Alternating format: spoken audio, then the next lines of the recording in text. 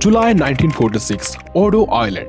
अगर ये समय और स्थान के बारे में आप नहीं जानते हैं तो आज आपको पता चल जाएगा कि ये वक्त और जगह क्यों खास है। ये दौर है दूसरे विश्व युद्ध के अंतिम दिनों की, जब अमेरिका ऑपरेशन क्रॉसरोड के तहत न्यूक्लियर बम की परीक्षण करने जा रहे थे। हालांकि इनका परिणाम सफल रहा। परमाणु बम के धमाके ने दुनिया को ये बता दिया कि विश्व में सबसे शक्तिशाली अमेरिका है। अमेरिका भी इस परीक्षण के बाद जश्न मना रहे होते हैं, पर जल्द ही इनकी खुशियों को ग्रहण लगने वाली थी, क्योंकि लोग जुलाई 1946 को किसी परमाणु बम के परीक्षण के लिए नहीं बल्कि इसलिए जानने वाले थे क्योंकि इसी परमाणु बम के धमाके ने एक ऐसे राक्षस को जन्म दिया जिसका अंत स्वयं ईश्वर भी इनके हाथों से लिखना भूल गए। हम बात कर रहे हैं साल 2023 में आई मूवी में दिख चुका गॉडजिला -1 की। वैसे तो ये मूवी जापान में आ चुकी है और जल्द ही पूरे विश्व भर में रिलीज होने वाली है। वही नए वर्ष के अप्रैल महीने में हम हॉलो अर्थ में एक ऐसे खतरे को देखने जा रहे हैं जिसे अकेले कॉन्ग भी नहीं संभाल सकता। ये बात आपने द न्यू एम्पायर के ट्रेलर में ही देख लिया होगा। कहा जाता है खतरे का प्रतीक लाल रंग होते हैं क्योंकि ये दूर से दिखलाई देते हैं, पर हम जिस खतरे की बात कर रहे हैं वो लाल तो है, पर उसे देखने के बाद कोई जीवित नहीं बचता, क्योंकि ये एक ऐसा सरदार, बादशाह या राजा है जिसे आप क्रूरता का प्रतीक तथा डर की संज्ञा मान सकते हो। हम बात कर रहे हैं none other than the scar king की। पर क्या इस कॉन्ग के दुश्मन स्कार को गॉडजिला -1 की एटॉमिक गर्मी हमेशा के लिए जला पाएगी, या ये खतरा इस गॉडजिला के लिए भी ठीक बाकियों की तरह है? जानने के लिए वीडियो को स्किप न करें और लाइक का बटन हाथ के सामने है तो उसे प्रेस करें। सबसे पहले बात करें गॉडजिला -1 की, तो बाकी गॉडजिला की तरह ही इसकी ओरिजिन भी एक मिस्ट्री है। लेकिन इतना तय है कि परमाणु बम के परीक्षण की वजह से ये या तो अपनी गहरी नींद से जागा या इस धमाके में मौजूद रेडिएशन ने इसे इतनी ताकत दी कि इसने सिर्फ प्रशांत महासागर में मौजूद बल्कि जापान के एक शहर को इसने समतल भूमि बनाकर रख दिया। एक और जहां मॉन्स्टर वर्स के गॉडजिला में दया नामक चीज पाई जाती है, ये न सिर्फ दोस्तों बल्कि दुश्मनों पर भी थोड़ी रहम दिखा सकता है। पर गॉडजिला -1 रूथलेस किंग है। इसके लिए दुश्मन कोई और नहीं बल्कि हम मनुष्य हैं। यही वजह है कि जापान के गिंजे शहर में इसने जो तबाही मचाई उससे उस शहर के नामो निशान तो मिटे ही, साथ ही कितने मासूमों की जान चली गई। शायद इसे गॉडजिला -1 इसलिए कहते हैं क्योंकि माइनस या नेगेटिव का अर्थ होता है एक एंटागोनिस्ट कैरेक्टर, और 1 अर्थात ये जिस जगह पहुंच जाए बस वहां एक ही विलन बचता है, ये खुद, और बाकियों का मिलन शून्य से हो जाता है। दिखने में ये गॉडजिला किसी थेरापोड डायनासोर उदाहरण के लिए टीरेक्स की तरह लगता है, पर इसके विशाल काया, 2 बड़े पैर, एक लंबी पूंछ तथा पीठ पर उभरे खड़े होने वाले डोर्सल प्लेट इसे किसी डायनासोर से न सिर्फ अलग बनाती है बल्कि उनसे भी कहीं ज्यादा खतरनाक और डरावना बनाती है। भद्दा सा दिखने वाला ये राक्षस शक्तिशाली तो है ही, पर इसे मौत क्यों नहीं आ सकती इसकी चर्चा हम आगे करेंगे। लेकिन उससे पहले बात करें हॉलो अर्थ की दहशत द स्कार किंग की, तो ये एक सिमियन टाइटन है जो हमें गॉडजिला और कॉन्ग एक नया साम्राज्य मूवी के एक प्रमुख नकारात्मक छवि के रूप में देखने को मिलेगा। इसलिए यूं तो इसके बारे में हमें पूरी जानकारी नहीं, पर ओरेंगटन की तरह दिखने वाला यह शिकारी कॉन्ग से भी कहीं अधिक विशाल और ताकतवर है।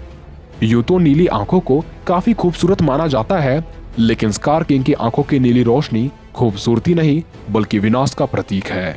हॉलो अर्थ में रहने वाले इस बादशाह के बारे में ऐसा बताया जाता है कि इसके लिए दूसरे टाइटन को मारना मानो रोज का काम है।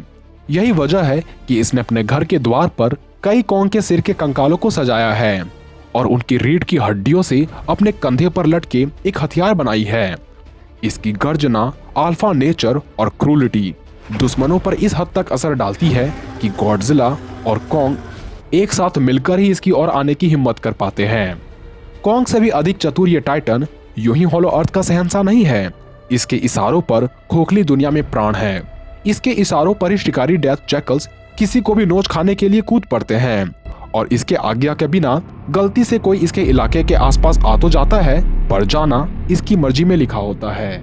बात करें दोनों के पावर्स एंड एबिलिटीज की, तो गॉडजिला -1 अपने सिग्नेचर अटैक एटॉमिक ब्रीथ के लिए जाना जाता है। इसके परमाणु श्वास छूटने से पहले यदि इसके डोर्सल प्लेट को देखा जाए तो ये शरीर को चीरते हुए बाहर आते हैं। जो इसके पूंछ से होकर पीठ तक जाती है, तथा अगर उसमें नीली रोशनी भी नजर आए तो समझ जाइए उससे निकलने वाली एटॉमिक ब्रीथ अत्यंत गर्म विनाश के बाद ठीक परमाणु धमाके जैसी मशरूमी बादल को जन्म देगी, जिसमें मौत लाने वाली रेडिएशन का हवा लिपटा होगा। इसकी एटॉमिक ब्रीथ की रेंज तो काफी दूर तक होती ही है, पर यह अपने सामने आए किसी भी चीज को समतल बनाने की ताकत रखती है, जैसा कि इसने गिंजा में रहकर किया था। वह स्कार किंग के पास कोई एटॉमिक ब्रीथ तो नहीं, पर इसकी नीली आंखें और इसके किले में मिली टाइटन्स की कटी सिर की हड्डियां ये बताती है कि इसमें कुछ तो बात है।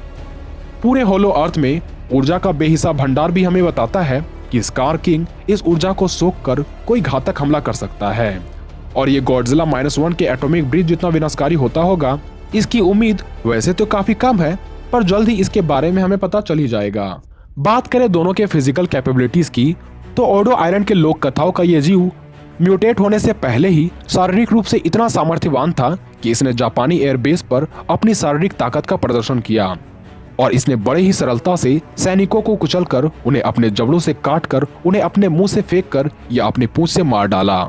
और इसकी शारीरिक ताकत रेडिएशन को सोखने के बाद तो कई गुना बढ़ जाती है। इसके जबड़ों में इतनी ताकत है कि यह आसानी से ट्रेन को उठाकर फेंक सकता है। इसके पैरों तले कई जीव आसानी से कुचले जा सकते हैं।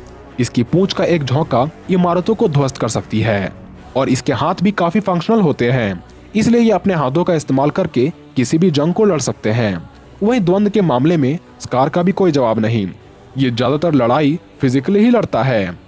वो बात अलग है कि इसकी लड़ाई में हथियार ये किसी भी चीजों को बना सकता है, क्योंकि ओरंगटैन भी चीजों को किसी टूल्स की तरह इस्तेमाल करना जानते हैं। ऊपर से ये किसी गब्बर की तरह कंधों पर हड्डियों का बना हथियार लटकाए हुए घूमता है, जिसमें ज्यादातर संभावना है कि कॉन्ग की कुल्हाड़ी की तरह ये ऊर्जा को सोखती और ऊर्जा ग्रहण करने के बाद और भी ताकतवर हो जाती होगी। इसके पंजों के निशान को देखकर ऐसा लगता है कि शायद ही कोई इसके पैर पड़ने पर बच पाए। लेकिन चाहे जो भी हो, फिजिकल कैपेबिलिटीज में गॉडजिला -1 को स्कार नहीं हरा सकता। वो बात अलग है कि कॉम्बैट के मामले में स्कार कई पैतरे जानते हो, जो गॉडजिला को परेशान तो कर सकती है पर पराजित नहीं। इंटेलिजेंस के मामले में भी गॉडजिला किसी से कम नहीं है, क्योंकि मूवी में कई जगह ये अपनी बुद्धि का प्रमाण दे चुका है।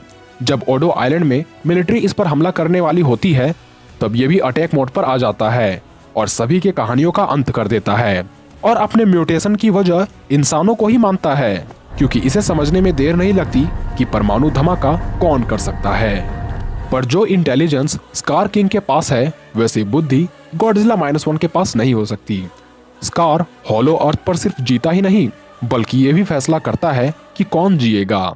इसने अपनी एक पूरी सेना खड़ी कर रखी है जो इसके इशारों पर कुछ भी कर सकती है, और इस प्रकार संगठन बनाना इसकी बुद्धिमान होने का सबसे बड़ा सबूत है। ये हॉलो अर्थ में मौजूद ऊर्जा का इस्तेमाल करने भी जानता होगा। इसने अपने लिए किसी राजा की तरह तख्त भी बना रखा है, और ये सही समय आने पर ही हमला करता है। इसलिए इंटेलिजेंस के मामले में स्कार गॉडजिला से काफी आगे है। एक और जहां गॉडजिला जमीन तथा पानी दोनों के जीवों के लिए खतरा है, क्योंकि इसके मुंह से निकलने वाली परमाणविक ज्वाला पानी में भी नहीं रुकती। वह स्कार जमीन का शासक तो है ही, पर इसके ऊपर एक परिंदा भी इसके मर्जी के बिना पर नहीं मार सकता। हालांकि यह पानी में गॉडजिला की भांति डूबे ज्यादा देर तक नहीं रह सकता, पर पेड़ों तथा इमारतों में लटकने और चढ़ने में इसका मुकाबला गॉडजिला कभी नहीं कर सकता। बात करें दोनों के ड्यूरेबिलिटी की, तो गॉडजिला -1 इतना ड्यूरेबल है कि जब इसे एटॉमिक पावर नहीं भी मिली थी, तब भी जापानीज सैनिकों की गन फायर इसका कुछ नहीं बिगाड़ पा रही थी। यहाँ तक कि इसने परमाणु धमाके में भी खुद को जीवित रखा, तब जाकर इसमें म्यूटेशन हो पाई, और म्यूटेट होते ही ये इतना ड्यूरेबल बन चुका है जिससे किसी भी हथियारों से नुकसान नहीं पहुंचाया जा सकता। वो बात अलग है कि इंटरनली इसे नुकसान पहुंचाया जा सकता है, जैसा कि शिकीसीमा ने इसके मुंह में विस्फोट करके इसका मुंह फोड़ डाला था, लेकिन इसकी रीजनरेशन एबिलिटी इसे तुरंत हील कर देती है। यहाँ तक कि इसके पूरे शरीर के चीथड़े उड़ जाते हैं जब विस्फोट इसके शरीर के अंदर फटती है, पर अपने बचे एक मांस के टुकड़े से भी ये खुद को हील कर सकता है। वही बात हो रही स्कार किंग की, तो इसमें कोई शक नहीं कि ये ड्यूरेबल है, तभी तो इसने कई टाइटन्स को अपना गुलाम बना रखा है, यानी इसने कई बैटल लड़ी होगी, पर स्कार को कोई एक स्कार भी न दे पाया, जिससे ये साबित होता है ये ड्यूरेबल है। पर इसकी हीलिंग फैक्टर के बारे में हमें कुछ नहीं पता, पर इतना तय है कि इसकी हीलिंग फैक्टर कभी भी गॉडजिला -1 को मैच नहीं कर पाएगी। यानी सभी बातों पर गौर किया जाए तो स्कार की तेज बुद्धि, इसका संगठन, ऊर्जा से भरे हथियार तथा इसकी फुर्ती इसे शायद गॉडजिला -1 के अटैक से बचा सके, क्योंकि स्कार को भले ही किसी ने स्कार न दिया हो, पर गॉडजिला -1 के एटॉमिक ब्रीथ में इतनी गर्मी है कि स्कार को जलाकर खाक कर सकती है। लेकिन अगर स्कार गॉडजिला -1 से हुई पहली लड़ाई में बच जाए तो ये जल्द ही उसकी कमजोरियों का पता लगा लेगा और दूसरी बार की बैटल में वो गॉडजिला -1 को मुंहतोड़ जवाब देगा। खैर, दूसरी बैटल के लिए आपको अप्रैल 2024 तक का इंतजार करना पड़ सकता है। तब तक के लिए आप हमारी वीडियो को देखते रहें। तो मिलते हैं अगले वीडियो में।